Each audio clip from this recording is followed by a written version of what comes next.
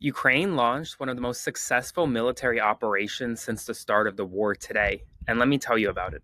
Over the past 18 months, Ukrainian authorities placed drones into cargo shipments, moved them throughout Russia, unknowing to the Russian security services, planted them outside of four Air Force bases across Russia, including one thousands of miles away from Ukraine. Then today, remotely, Ukrainian authorities were able to open the roofs of these containers. Drones flew out and hit Russian Air Force bases, decimating Russia's Air Force. Now, to put this into perspective, Russia's Air Force lost $7 billion worth of planes today. 30% of its entire nuclear Air Force fleet was potentially either damaged or destroyed in one of the most embarrassing military operations for Russia, one of the most successful military operations for Ukraine. And it looks like it's just the beginning. Ukrainian authorities are launching additional drones tonight, attacking Russian regions in Kursk and elsewhere, in what appears to be a massive offensive escalation into Russian territory. And get this, Donald Trump and the Trump administration had no knowledge of this attack ahead of time. We'll see how Donald Trump reacts because Donald Trump has been wanting more and more peace talks between Ukraine and Russia, and this will almost certainly impact the future of those peace talks. Now, in addition, large scale anti Trump protests are scheduled right now for June 14th, No King's Day.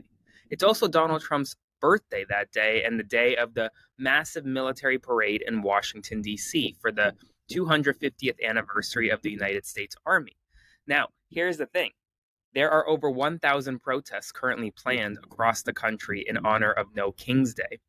Organizers expect millions of people to show up. I'll be covering it on the ground for you all live, and I'll let you know. Let me know if you're going in the comments below.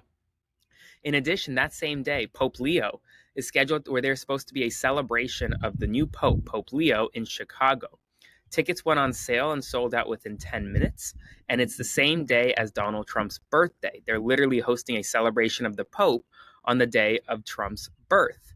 And some are saying that this is an effort to troll Donald Trump because, as you know, Pope Leo, well, he is not supportive of Donald Trump's anti-immigration policies.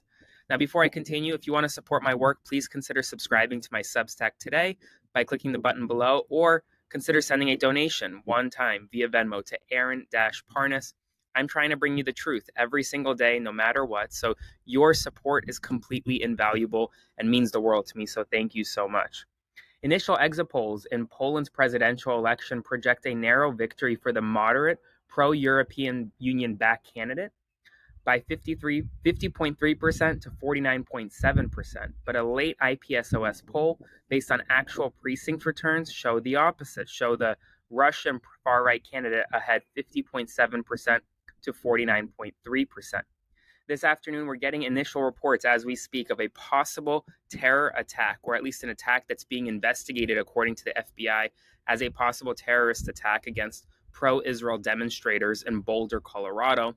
We don't have much information. Initial reports suggest that anti-Israel protesters threw a Molotov cocktail or some sort of incendiary device harming pro-Israel demonstrators. We don't have any further information at this time.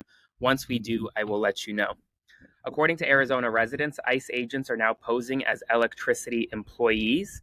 For over a decade, one of these individuals had an undocumented neighbor and had avoided immigration enforcement until Wednesday, when two men posing as utility workers showed up in her neighborhood.